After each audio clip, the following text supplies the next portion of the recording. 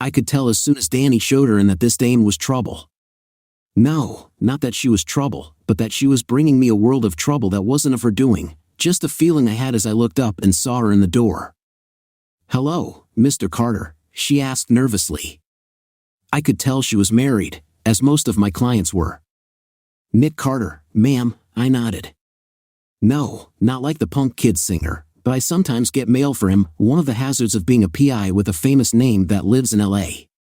My dad actually named me after a secret agent in a set of dime store spy novels by Joe Publishing. We had the last name already, but my dad just named me Nick, not Nicholas. Go figure."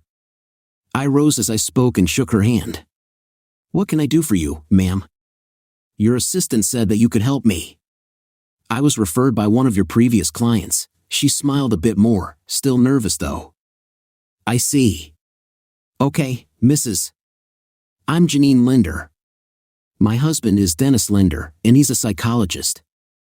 I have reason to believe he's cheating on me, and I want proof before I file for divorce," she said, handing me a picture of him. I raised my eyebrow as I regarded the picture. He looked to be about 40, with a square jaw and dark hair going gray at the temples. He had bright green eyes that would probably tempt most women. "Okay, ma'am, you know how this works?" I asked, and she nodded. "Good. Give me 2 weeks tops, and I'll have the evidence you need. For those 2 weeks, I charge $5,000. Is that acceptable to you?" "Yes, and half up front, correct?" she asked. "Do you have your own account that your husband doesn't know of or have access to in order to check your finances?" I asked. "Yes," she said. "I set it up a couple of months ago so he wouldn't know if I hired someone to track him. Your former client says that you are the best." She smiled, then handed me a cashier's check for $2,500. "Thank you, ma'am. Give me an idea of how he's been acting suspicious if you would. The more information I get now, the easier it will be to track his movements." "Well, it's a bit strange that I even caught on that he was cheating. He spends every night with me and the weekends too, but sometimes when I call his office for a lunch date, his phone is turned off," she said. "Well, he could have a client run over during a session," I shrugged. "Normally you would be right, but then there's the distance at home. He used to be all over me, but now he hardly touches me." Then I noticed the perfume smell on his clothes.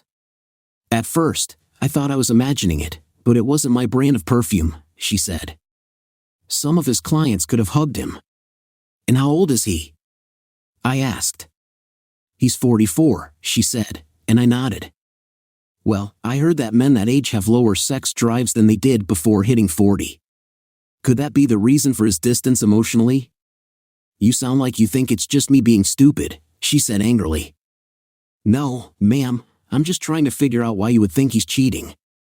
I admit the perfume is a pretty heavy indicator, but it could just be circumstantial. I'm going to take this case, but I also need to know everything you can think of. How is he acting suspicious besides turning his phone off?" "Well, it's always just before lunch on Mondays and Wednesdays. Other times he answers right away, but on those days, it goes straight to his voicemail." "Okay, I think I get the picture. Tomorrow is Wednesday, so I'll start my investigation then. I will be in touch as soon as I have anything concrete for you." I nodded and rose from my chair as she did and shook her hand. "Thank you, Mr. Carter. I hope it's nothing, to be honest, but I need peace of mind on this," she smiled warmly. She really was a knockout, and if I hadn't been married, I would maybe consider consoling her. "Anytime, Mrs. Linder. If I don't find anything at the end of 2 weeks, you will not have to pay me the remainder of my fee. It's my guarantee." "Thank you again, Mr. Carter," she said. "Ma'am, call me Nick." Mr. Carter was my dad. I smiled, and she smiled back. "Okay, Nick. I'm Janine." "Ma'am is too formal." "Okay, Janine. I'll be in touch as soon as I have anything for you. Danny, my assistant, should have your information, so I'll get your number from her." I showed her out and promised again to be in touch.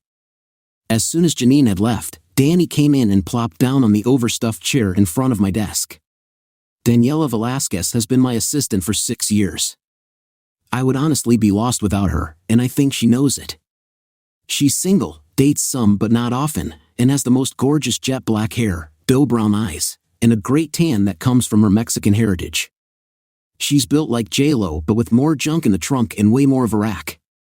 Yeah, if I wasn't married to the woman of my dreams, Danny would be in trouble. I might be married, but I'm not dead, and I never touch, well, except for hawks. Okay, Chief, this is what I got for you right now. She handed me the file she put together online about our target. Danny is a pretty good PI in her own right, and I was proud to be the one who taught her. She's a quick study, that's for sure. Dennis Linder, psychologist extraordinaire. I looked at the file, and a warning bell went off in my head. It seemed that a former patient had filed a malpractice claim against him a couple of years back, but the claim had been dropped mysteriously with some stock cliché answer given as to why. This was getting more and more interesting. The former patient was female, and her husband had divorced her soon after the malpractice claim had been dropped. That was the warning bell. I had a bad feeling about Dr. Dennis Linder, and my gut is usually right. Danny, dig a bit deeper on this prick, will you? I got a bad feeling about him, I said, and Danny giggled at my phraseology. Ah, yeah, I know I opened the door for that one. And thanks for not stepping through it. Anytime, boss man. She winked at me prettily, then stepped back out to her desk to do some more Bing searches on Dr. Linder. Daniela is worth twice her weight in gold, and I know that I don't pay her enough, even though I pay her very well. We're more partners than boss and assistant. We split each case takes 60/40ths, including retainer fees. Those retainer fees, when added up between multiple clients, equal over $200,000 a year after expenses. I usually clear $150,000, and Danny clears $110,000 easily, and that's after taxes. We share a lawyer who gives us legal help quid pro quo since we kind of work for him too. Wesley Quinton is his name, and divorce disputes and other domestic issues are his game. Then there's my wife, Samantha. Yes, Samantha Carter, formerly Samantha Stern, so no relation to Colonel Carter on Stargate SG-1. She goes by Sammy for short. I met Sammy 7 years ago when I had quit the company I was working for in Langley, Virginia, and moved back to LA. I was an insurance investigator for that company. It was a decent living, but after a client in Paris turned out to be a real prick, I decided I'd had enough and put my investigative skills to good use back home. I had enough saved up to start my own PI business there. Now nothing can be redacted. Sammy is a complete knockout, tall at 5 feet 8 inches, which puts her even with me in height when she wears her 4-inch heels, fiery red hair, sparkling blue eyes, 34C-24-36 measurements, and legs that go all the way up to heaven. Her Angelina Jolie lips and sexy smile can melt the hearts and raise the erections of any man within 50 feet, and she has it all packed in the right places. I first met Sammy back when I had solved my first case for my first client. He threw a bash to celebrate me finding and returning his property. I was his guest of honor, and Sammy was the daughter of one of his friends. She saw me, and I saw her, and it was as if the magnetic force of the earth drew us together. We talked and danced and talked some more. I met her father, who was a good man, and he bought my usual line about being a former insurance investigator that decided to go into the private sector as a PI. I had prospects, and during the shindig, I managed to score some more clients. That was 7 years ago, and after dating for 6 months and living together for 6 months, we were married in a small ceremony with just her family and a few of our friends. My parents had died a few years back in a car wreck when I was out of the country and had left me their house in their will. I spent 3 years in the Army as an MI interrogator, then got recruited by the aforementioned company to investigate possible insurance fraud. That's my story, and I'm sticking to it. Anyway, I became a damn good investigator and realized I could make some damn good money at it as a PI, so I bid the company adieu and headed back home to LA. Getting a concealed carry license was like pulling teeth, but it was worth it to carry my dad's old Colt M1911A1 pistol. The big .45 ACP ammo pretty much guaranteed a kill if fired with accuracy. That was one thing I've always been good at, shooting. So, I went out to where Danny was picking out bits and pieces of Dennis Linder's life and printing them out for me. Hey, Danny, go ahead and knock off for the day when you're done with the searches. I'm heading home. I smiled at her. No problem, Chief, she smiled back at me with more than professional respect. You know, I hope Sammy knows what she's got at home. I think she does, sweetie.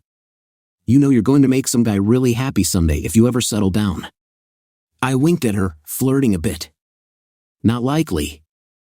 I missed my chance by a few months, she shrugged. I opened my mouth to ask her about that, but she had already turned back to her computer monitor. Okay, so go ahead and get the info, folder it, and I'll be in first thing to pick it up.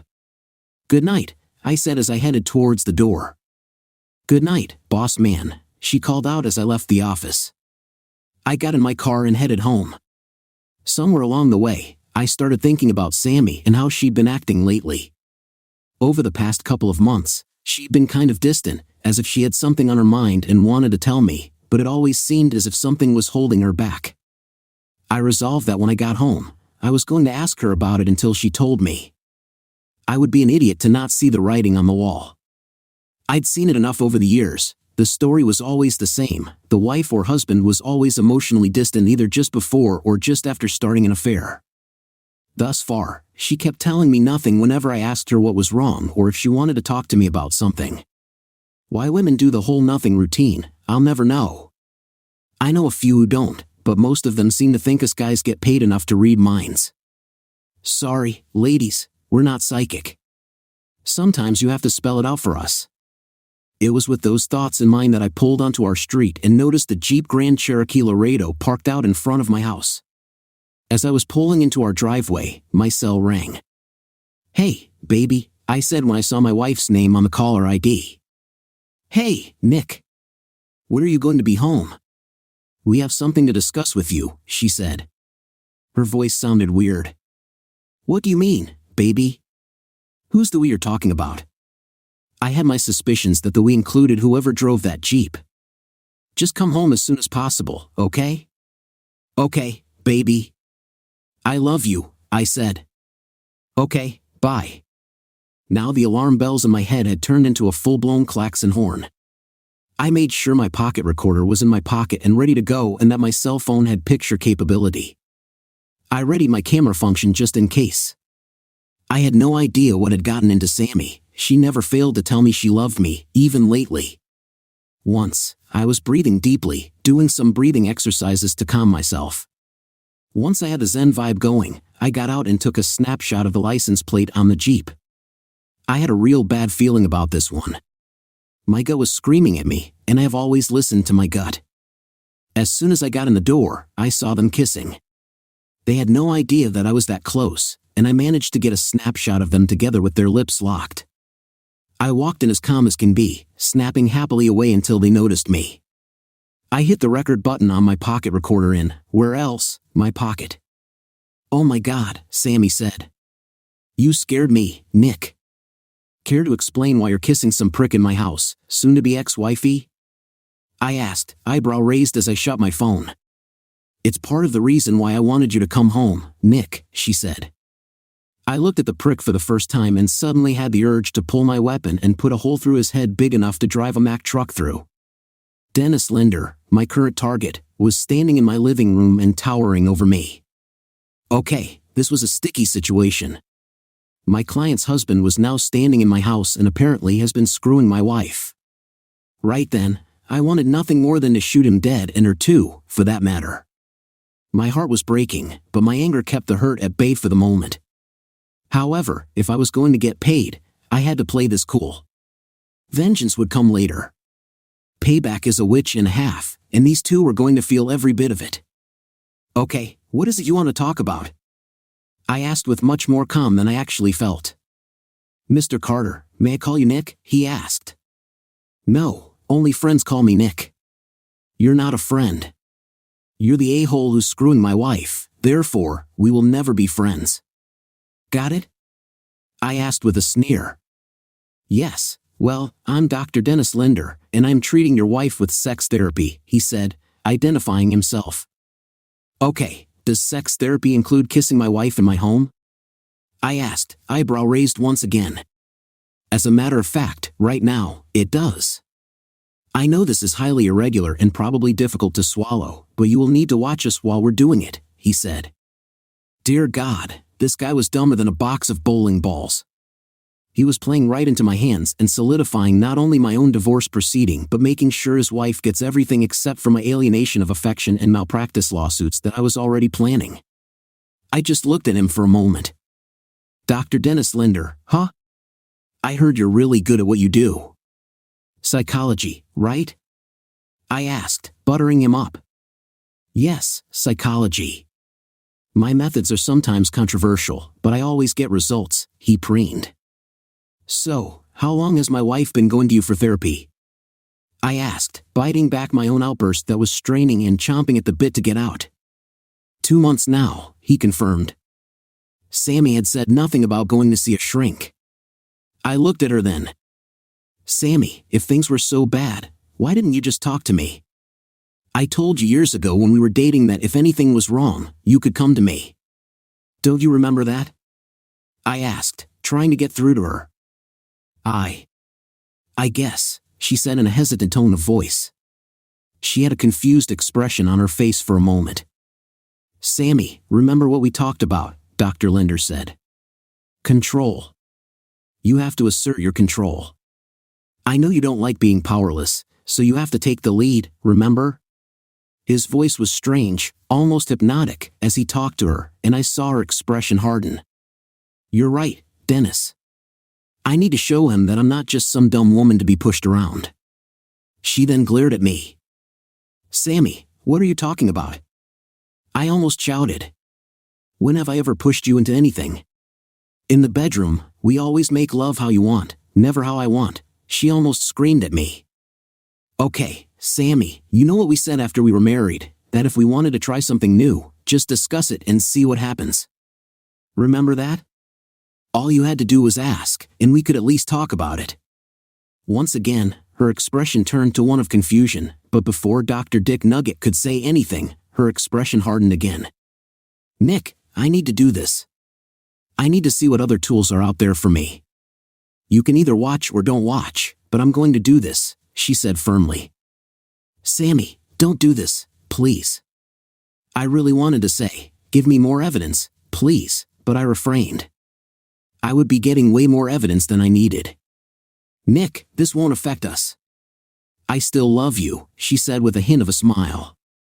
I knew she was lying to me then. I just need something different, just this once. Oh, well, for the record, I do not want you to do this, and there will be consequences if you go through with it, I said, shaking my head in what I hoped looked like pure resignation. Mr. Carter, please allow me to do my job now. Do you have a chair in your bedroom? He asked. He wanted to screw my wife on our marital bed.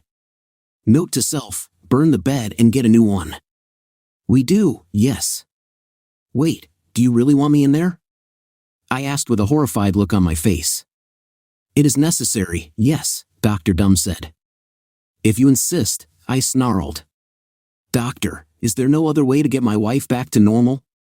None, I'm afraid, he said with mock sincerity that wouldn't have fooled a kindergartner.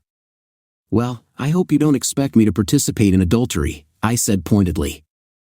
Mr. Carter, what your wife and I will be doing is hardly adultery. I am merely helping her to get past a mental block and assert herself better in your relationship. You will both be stronger after we're done. He gave me a smarmy smile when he said that, and once again, it took an Olympian effort for me not to shove my pistol down his throat and empty the magazine into him. I'm not agreeing to this, just so you know. I will never agree to an act of adultery performed by you and my wife, and this is adultery no matter how you slice it, I said, noticing that he wasn't wearing a wedding ring and with no sign of a tan line on his finger. As I said, Mr. Carter, this is therapy.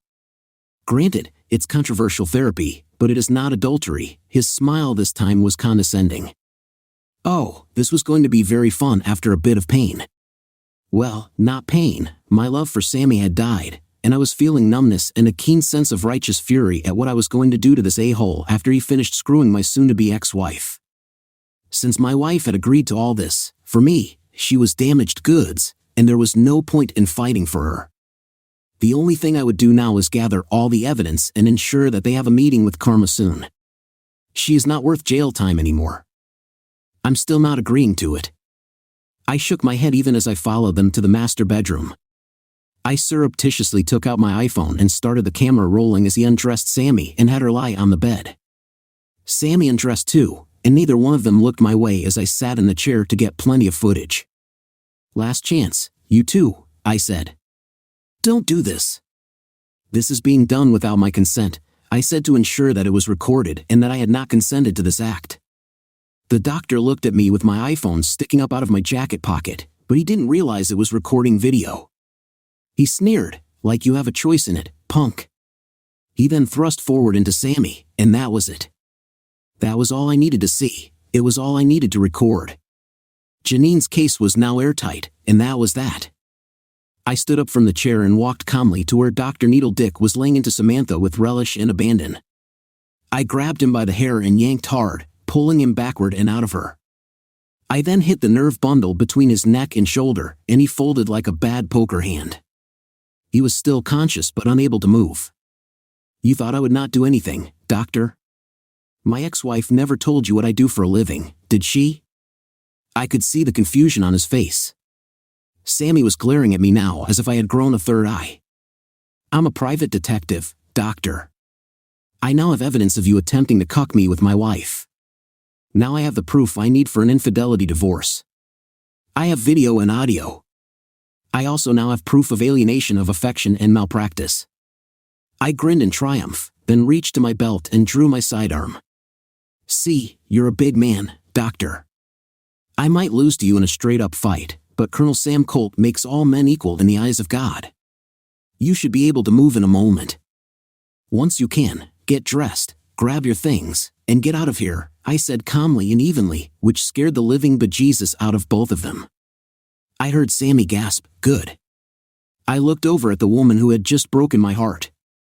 Samantha, you need to get dressed, pack your things, and get the hell out. What? She demanded.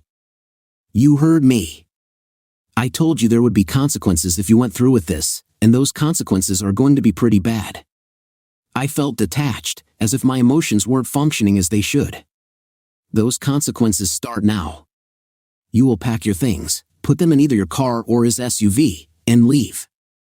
I'm going to call my attorney and have him draw up divorce papers, then get a restraining order against you and the good doctor here. I'm just glad we don't have children, and damn glad that I will never be a father to your children. I shook my head. Sammy, you broke my heart. I hope it was all worth it for you. My voice cracked during that last sentence. If lover boy here doesn't want anything to do with you, go stay with your folks. Sam's face went through a variety of emotions as she processed what I had just told her. Her main emotion appeared to be confusion. But Nick, don't you love me anymore? She said in wide-eyed, innocent shock. Not after you willingly let another man, over my protests, take you in our marital bed. I shouted that last bit. You have desecrated the vows we took on our wedding day, Samantha. Over my protests, you shat all over everything we ever had. Yeah, I really let her have it this time. I wanted her to hurt. I wanted her to feel a measure of the pain in my heart when I figured out that she didn't love me anymore. I can't believe that I never even knew you, Samantha. I was calling her by her full name since I knew she hated it and because she knew that I only called her that when I was angry. Samantha, do you remember the talk we had shortly before we got married? The one about fidelity? Remember that one? The one where you said that you would not tolerate cheating, the one where you said you had zero tolerance for cheaters? Well, honey, this qualifies. I saw the wisdom in your words that day and adopted your philosophy. The doctor stirred before she could reply and appeared to be giving serious thought to jumping me. I stepped away from him, keeping Sam Colt trained on him. I also made sure I kept Samantha in my field of vision. You're making a mistake, Mr. Carter. I'm going to press charges, he sneered. No mistake. I caught you in bed with my wife and thought she was being assaulted. Who are the cops going to believe? The respected private investigator who caught a criminal or the man who claims it was all consensual? Look at Samantha, doctor. Look at the anguish on her face, the anguish of being assaulted. It's a good thing I got here when I did, isn't it? Otherwise, you might have gotten away with it. Now, maybe I should call the police and report this. His face paled as he hesitated, then thought better about it. Fine, no harm, no foul. He tried to chuckle, but it fell flat. No charges. I noticed that he still hadn't mentioned his wife. That was interesting. He probably thought he was keeping a secret from me, and I would allow him that illusion for now. I had to prod him a little, though. I'm sure the news stations are going to love this one, though. P.I.'s wife caught in bed with her psychologist, story at 11. I shook my head with a disgusted look on my face. That was when he blanched. No, you can't go public with this, he nearly shouted. He was dressing quickly, making sure he had everything he came in with. Please, don't go public with this. He was begging now. I had him. If you return all the fees my soon-to-be ex-wife paid you, I might consider it. I'm still pressing a case of alienation of affection and malpractice against you, though, I said, backing him into a corner. Done. Anything you want, he said with a panicked look in his eyes. Anything I want? Oh, the possibilities. But no, I wanted him to know fear. I wanted him to feel the fear before the inevitable despair, the total devastation that his life was about to become. I was enjoying myself over this, and I felt no guilt about screwing him over as he had screwed me over. The difference was that while he had screwed my wife, I was going to screw his life. No lube, sandpaper condom. Once he was dressed, he ran from my bedroom, and I heard the front door slam as he broke all land speed records getting away from me in my home. I looked at Samantha, and I could tell that she saw the malice in my eyes. Nick, we can get through this, she pleaded, crying crocodile tears. Please, baby. Where was the baby when I got home, Samantha? Where was the love then? I sneered. Get dressed, get packed, and get out. You have an hour. Since Doctor doesn't want anything more to do with you, I suggest you go to your folks. Samantha just looked at me in utter shock. She then started dressing and packing listlessly. I let her use all 4 of our suitcases, knowing that I was just going to buy new ones. I stepped into my home office and called the locksmith and the furniture store. I got the locksmith just as he was closing but promised him a huge bonus to do a rush job on my locks. I then told the furniture store that I wanted a king-size bed to replace our old queen-size one, along with new sheets, a comforter, and the whole 9 yards. It was expensive but worth it. The salesman asked why I wanted the old bed thrown in my backyard, but I just told him that I wasn't paying him to ask questions. He picked up the tone in my voice and wisely shut his trap. Samantha was packed in 55 minutes, and in a magnanimous gesture, I helped her take her suitcases out to her car. In other words, I threw them on the driveway by her car's trunk. I then walked back into the house and slammed the door behind me. I called Wes and had him file for a restraining order with the county court judge. I named both Samantha and Dr. Dennis Linder in my complaint. I then had him draw up divorce papers, alienation of affection papers, and malpractice papers. An hour later, both the locksmith and the furniture guys were done, and I paid both with my credit card. I called the credit card company and canceled Samantha's cards. I then called the manager of my bank at home and had him cancel Samantha's debit card. I gave no explanations, but as the primary on our accounts, I felt it necessary. I no longer trusted her. For those who think I was going too far, go to hell. I poured myself a couple of shots of Chivas. Now, I'm usually a beer man and I love beer beyond all other forms of drink, but I needed something a bit stronger, so I poured my shots and sipped them as I thought about the train wreck that my marriage had turned into in such a short amount of time. At around 7 that night, I knew that I was about to lose it. I called Danny. Hola, Chief, Danny said. Hey yourself, Danny. I hate to call you after hours, but I'm going to need your help tonight, I said. I was proud that the 2 shots of Chivas hadn't impaired my judgment or slurred my words. What's wrong, boss man? She asked. I never could put anything over on her. Well, it's complicated and I don't want to tell you over the phone. Just come to my house, I said, feeling the walls start to crumble in my mind. Okay, Chief. I'll be right there, she ended the call before I could respond. God bless that girl. 10 minutes later, she was knocking on my door. I got up from where I'd been staring at the blank TV screen and went to answer it. As soon as I had the door open, Danny was throwing herself into my arms, hugging me tightly. She kicked the door shut behind her, then disengaged from our embrace long enough to throw the deadbolt. When she turned back, she grabbed my hand and pulled me back towards the couch. She sat me down and sat next to me. "Okay, where's Sammy?" she asked, already having some inkling of what was going on.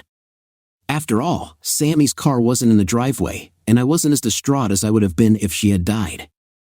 I looked into the deep brown pools of Danny's eyes. "She's gone. Probably to her parents' place. She was cheating on me, Danny." I could no longer hold my tears in check as she put her arms around me and held me while I ruined her blouse with my tears. I clung to her desperately, just needing the human contact. When I'd finally let it all out, Danny pushed me back gently and looked into my eyes. "Nick, listen to me. Are you absolutely sure that Sammy was cheating on you?" Not trusting my voice, I instead pulled out my pocket recorder and hit play as I set it on the coffee table. I then opened my cell and brought up the video and hit play before handing it to her. Danny watched and listened with growing horror in her eyes as I went and got 2 beers from the fridge. By the time I got back, dark fire was blazing in her eyes, and she had stopped both the recording and the video. I opened both arrogant bastard Alesh and handed her one. Danny finally exploded after taking a swig of the bitter ale. "That witch." Wow, Danny wasn't holding back. I cracked a wry smile at her words. Danny is loyal to a fault, and she's loyal to me. She took another long swig, then closed her eyes and breathed deeply several times.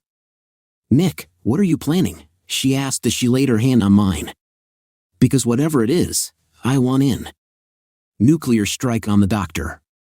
I have reason to believe that maybe Samantha was brainwashed. If so, I want to get her the help she needs," I said, my voice hoarse from the crying. If there was even the slightest possibility that the a-hole had somehow brainwashed or coerced her, I wanted to find out how. But as for Dr. Dingleberry himself, I want him and all those around him to burn, except for his wife, who you met earlier at the office.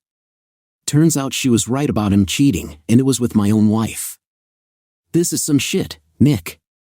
Danny shook her head in sympathy. But okay, what's our first move? Recon, of course. I managed a tight smile as I compartmentalized my feelings for the moment. Now that I was on the job, it was easy to slip back into the professional persona. In a few hours, I'm going to pay his office a little visit. If you have a problem with breaking and entering, you don't have to come. I told you, I'm in, Chief. I'm in it to win it, and you know I don't back down. She smiled at me, then leaned forward and hugged me tight. I know Sammy, Nick. I've known her almost as long as I've known you. I think she's been coerced at the very least by that cabron. I think so too, but even then I'm not sure I want her back. She's been all over this guy.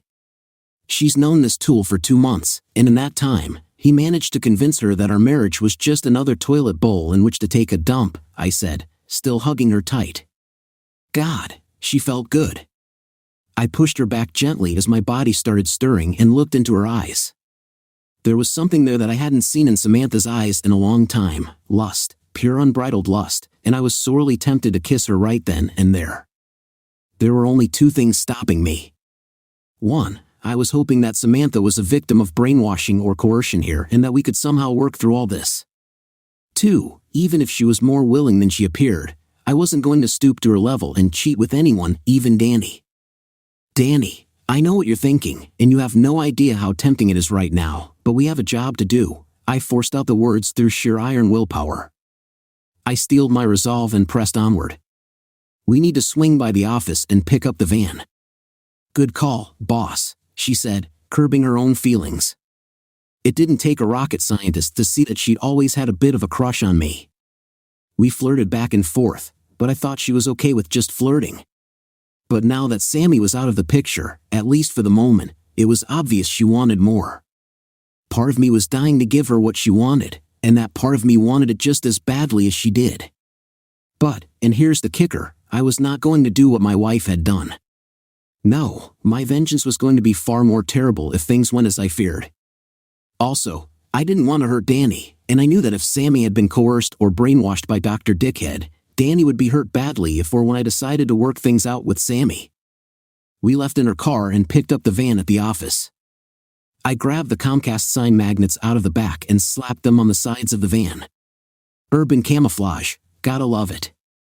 We drove to the offices of Dr. Dennis Linder at around 11 that night, and I went into the office building by picking the lock. I was wearing supple casing gloves that would keep my fingerprints off of anything yet allowed for enough freedom of movement that my dexterity wasn't impeded. Picking the locks was child's play, and once inside, I made sure that my earbud was working properly so I could communicate with Danny. "Reading you loud and clear, Chief," she said. I had a small USB thumb drive on me that had 50 gigabytes of storage space on it. I was going to search his computer as well as his filing cabinets. I wanted to get a really good look at this guy's business. If he was doing this to my wife, I wondered how many other wives he'd done it to. So far, the security system was child's play as I called the security company, identified myself as Dr. Linder, and told them that I had forgotten my passcode. It's amazing what the power of a good bluff can get you. I sounded authoritative, slightly pompous, and they bought it without even asking for a confirmation password. Amateurs. Danny giggled over my earpiece. I know, right? I chuckled quietly as I picked the lock to the doctor's office itself. I made a beeline for his computer, bringing it out of sleep mode. There were no family pictures on his desk. Wow, he didn't love his wife very much. I shook my head. This a-hole, who had a hell of a hot woman at home, was stepping out with at least one of his patients. Password protected. Okay, don't panic. I reviewed what I knew about Dr. Linder. He was intelligent if not very street smart. He was cunning when it came to seducing women. On the ride over, Danny had given me the other dirt she dug up on Dr. Dushabag after I'd left. He was a serial womanizer when we read between the lines of other patients of his who had filed malpractice or even pressed sexual harassment charges on him, but those charges were dropped without real cost, just some cliched misunderstanding when asked by the cops. I already hated the guy, now I was ready to kill him slowly and with great enjoyment as he suffered the ultimate in physical and emotional pain. So with his womanizing tendencies in mind, I typed in Romeo as a possible password. Access denied. Casanova. Access denied. Lothario. Access granted. What a predictable a-hole. Finding the files that I needed wasn't difficult either. Wow, this son of a witch was arrogant. I popped in the thumb drive and downloaded his whole special patients section, which damn near filled up the entire 50 gigs of space. I noted some of the names, including Samantha Carter. That creep had video files of Sammy on here. Fine, whatever. I ejected the thumb drive and sent his computer back into sleep mode. Then I went rifling through his filing cabinets. I found Sammy's file, but nothing on it seemed to indicate what they had done, so he wasn't completely stupid as to list his sexual conquests in his paper files. Anything yet, Chief? Danny asked over the earpiece. Lots, darling, I replied. Nothing on paper, but I have about 45 gigs of videos that he's recorded with quite a few of his patients. Damn it. Okay, we're going to need to look those over when we get home, she said.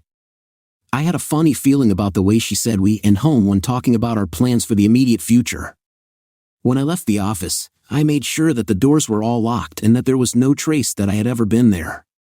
No security cameras, just the phone call that I'd made from a burner phone with an untraceable number. Voice ID could cause a problem if someone cares enough, but I wasn't going to worry about it right then. It was well after 1 a.m. when we got back to my place.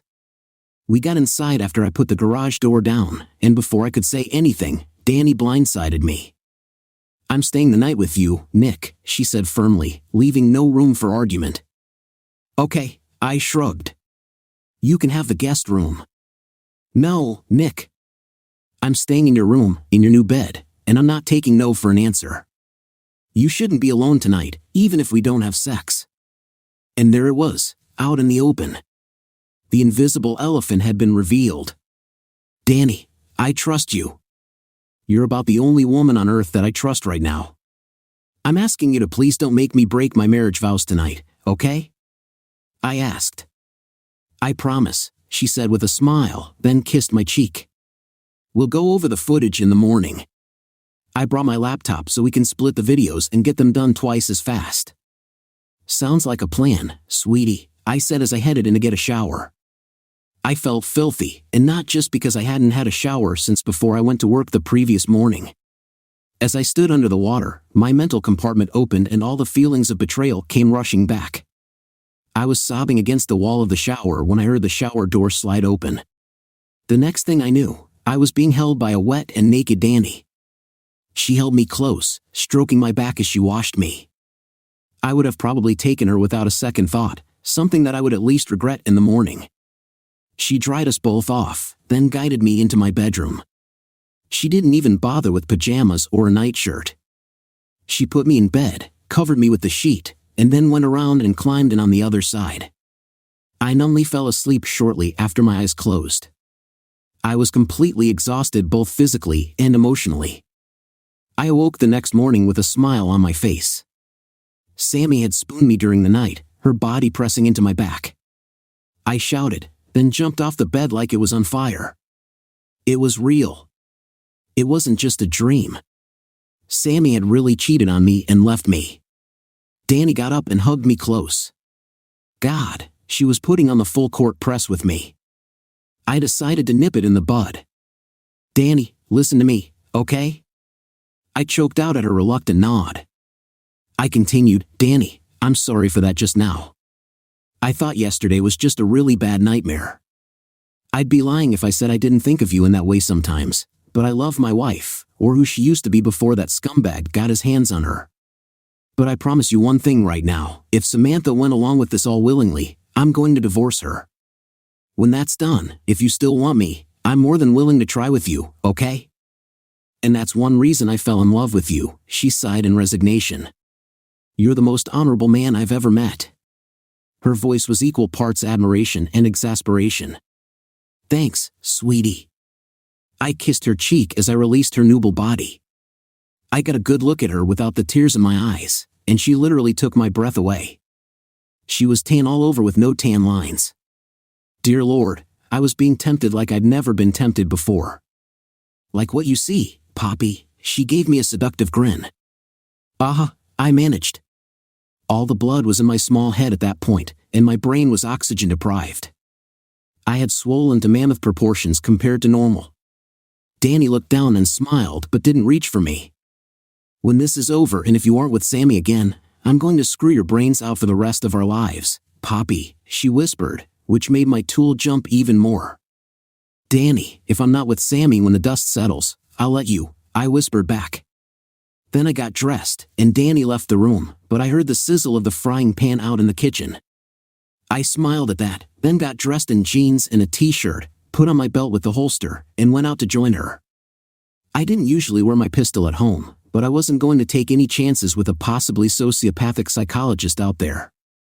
I noticed that Danny was also wearing her piece, a Lady Smith & Wesson in 9mm. She'd also gotten a concealed carry permit shortly after I hired her. Smells good, I said with the first big genuine smile I'd had since this whole mess started. Thanks, Nick, she shot me a cute grin, then went back to turning the omelet she was making. I smelled bacon in there as well as cheese and salsa. She really knew her stuff. She was dressed in one of my old t-shirts and the jeans she'd worn last night. Her blouse was still on the floor in the bedroom. Danny, I know this is going to be tough on both of us, I said as I sat down on a bar stool at the kitchen counter. She looked at me and raised her eyebrow. Boss, I didn't sign on to be coddled. You made it clear from day one that I would most likely be needed on some cases, and with my background in criminal justice, you knew you could count on me. That hasn't and won't ever change. I couldn't help falling in love with you, but that doesn't mean I'm going to shy away from this one. This case is personal to me too since Sammy is my friend. That damn doctor is going to get a rude awakening by the time we're done with him. Every word she said was true. She'd been a detective for 2 years in the LAPD but had been drummed out for beating a sexual assault suspect half to death. She'd been lucky to avoid serious charges, but as the son of a witch had been guilty, they didn't want the bad publicity of filing charges on her. She'd been given a nice little severance package to keep her mouth shut about the circumstances of her termination, but she'd been upfront about it with me when I'd first interviewed her. It was one reason I'd given her the job. I wanted someone who wasn't afraid to get their hands dirty. Danny was definitely not afraid to get her hands dirty. Sometimes I just forgot that about her. You're right, I nodded. Danny, I need to tell you something about me that not even Sammy knows. I took a deep breath. I knew I could trust Danny. She trusted me, and I had verified the veracity of who she was and why she'd been fired. What do you mean? She asked, a confused look on her face. Danny, I never worked for an insurance company. I worked for the company as a covert operative there. My name is Nick Carter, and I used to be a spy. That sounds like a really bad impression of the opening of Burn Notice. Danny just looked at me, then plated our omelets and brought them to the counter along with mugs of coffee. God bless Danny. I sort of figured that. It was either that or you had a criminal record someplace, she shrugged. Always looking around like someone might be watching you. You don't show it much, but I've spotted it over the years we've been together. You know a lot about bugs and how to tap a phone in record time. And then there's your lock-picking ability, which rates right up there with the best cat burglar in the business. I laughed outright. She really was a hot detective. You're good, I said, raising my mug.